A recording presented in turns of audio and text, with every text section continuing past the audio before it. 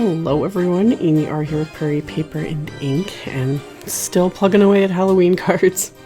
I decided today to use the Darcie's Magical Halloween stamp set because I've literally had it sitting on my desk for the last couple of weeks, just staring at me, and I couldn't resist, so I got a little bit of time last night to do a bit of crafting. So I'm inking up the main image from this set with Hero Arts Intense Black ink, and then stamping it onto some Neenah Classic Crest 80-pound cardstock. And then I inked up the little wand and added that as well. And then on a scrap of the cardstock, I'm inking up and stamping the little pumpkin image from the set. That I'm just going to stamp separately because I decided I'm going to add that to the inside of my card. So after I had everything stamped, and like I said, I used the Hero Arts Intense Black ink, which is Copic friendly. The Neenah Classic Crest is also a great cardstock for Copic coloring because, yes, I'm using Copic markers. So I've included the colors as I use them on the screen here. And true to form, or true to my style anyway, I'm keeping it simple and just working darkest to lightest to just keep me from having to go back and forth and blend and do anything like that, because I don't have a whole lot of time. But usually especially when you start out with Copic markers, you usually work lightest to darkest. And that gives you a little bit more control because you have, your colors laid down, and then you know where you can add your darkest colors and do your blends and whatnot. The last couple of years, I've just been working darkest to lightest because, like I said, it's just faster and easier. But if I'm working on an image where I want a lot more control and you can get a lot more, I guess, of an effect is the words I'm kind of looking for, then I would work lightest to darkest. But I think I've made it fairly clear. I'm fairly lazy. I'm fairly lazy and I have a very limited amount of time. So I started with the pumpkins and did those in orange, then I did their faces in yellow, and then did the green. And then for the little unicorns, mane and tail, I had to do it in rainbow colors. Like, it was just begging to be colored in rainbow colors. So I used, for the oranges and the yellows and the greens, I used the exact same ones that I used for the pumpkin and the faces and the leaves. And then I added in some pink, of course, and some blue, and then some purple. And same thing, just going in from darkest to lightest and blending those together. And then I used the same blues, but I just only used the lighter ones for the unicorn's little horn and the wings. So I used the two really pale blues just to give it a little bit of color, but not too much since I got a lot going on with that rainbow. And then once that was done, I'm using some cool grays for the pumpkin on the inside, its hat, and then the two lighter shades of gray I used on the unicorn's little hooves. And then I took BV20 and went along the body, and then I blended that out a bit with my colorless blender.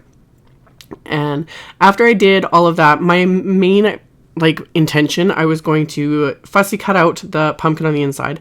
And I was thinking about fussy cutting out this image, but then the more I was coloring it, I was like, there is no way, around all those little leaves and the little tendrils and whatnot. So I was like, no, I'm not cutting this out. I'm going to keep it as is, and I'm just going to die cut a frame around it. So I had to ground this so it's not just floating.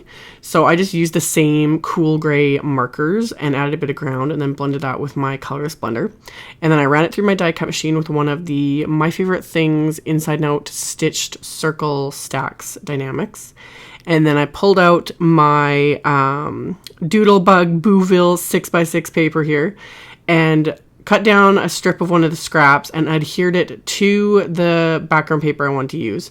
And then ran that through my die cut machine with the MFT A2 Stitched Rectangle STAX Set 1 Die-namics, the largest one, so that it die cut the pattern paper all at once, plus added that fun little stitching edge. So after I did that, for my sentiment, I grabbed a scrap of MFT's Razzleberry cardstock, and I'm inking up the sentiment from that little Darcie set that says Have a Magical Halloween.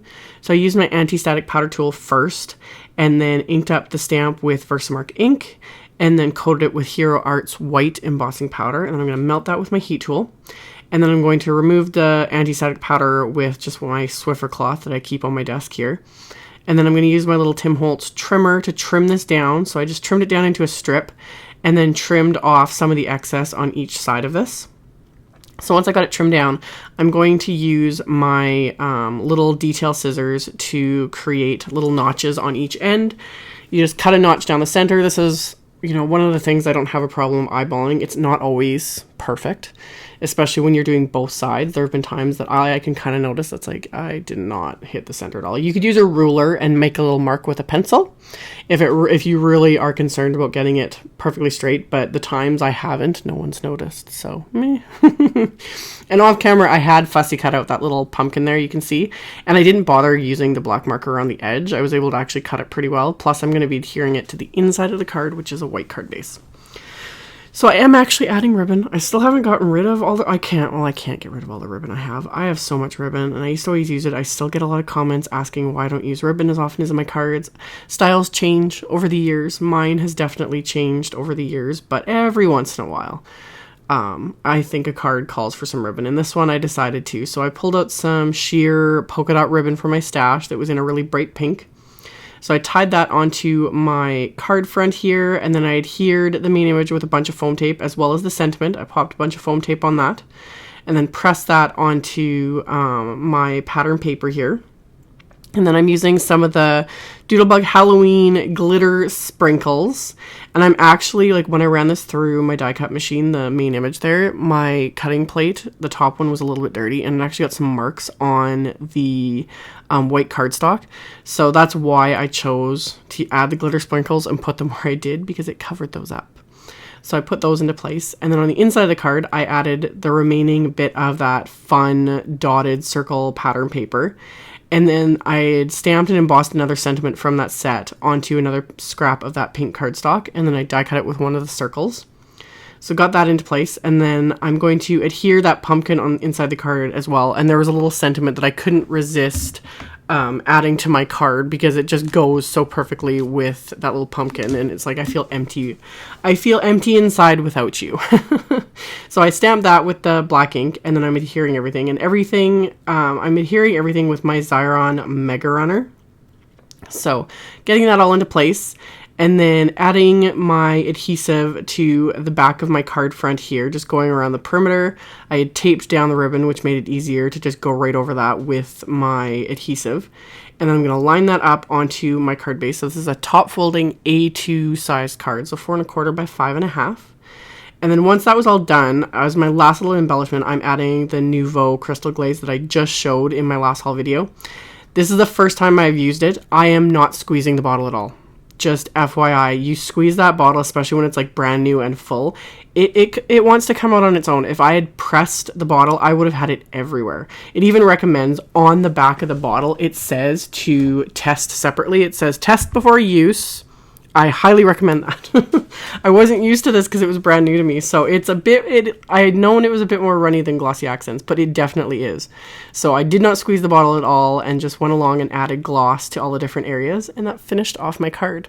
So I'm still giving away my Halloween cards. They'll just arrive much later than Halloween. If you are interested, check out my blog post that's linked directly below the video. I'll also have links to all the supplies used and pictures and that in the blog post. So thank you all so much for watching, and I will see you all very soon in the next video. Bye!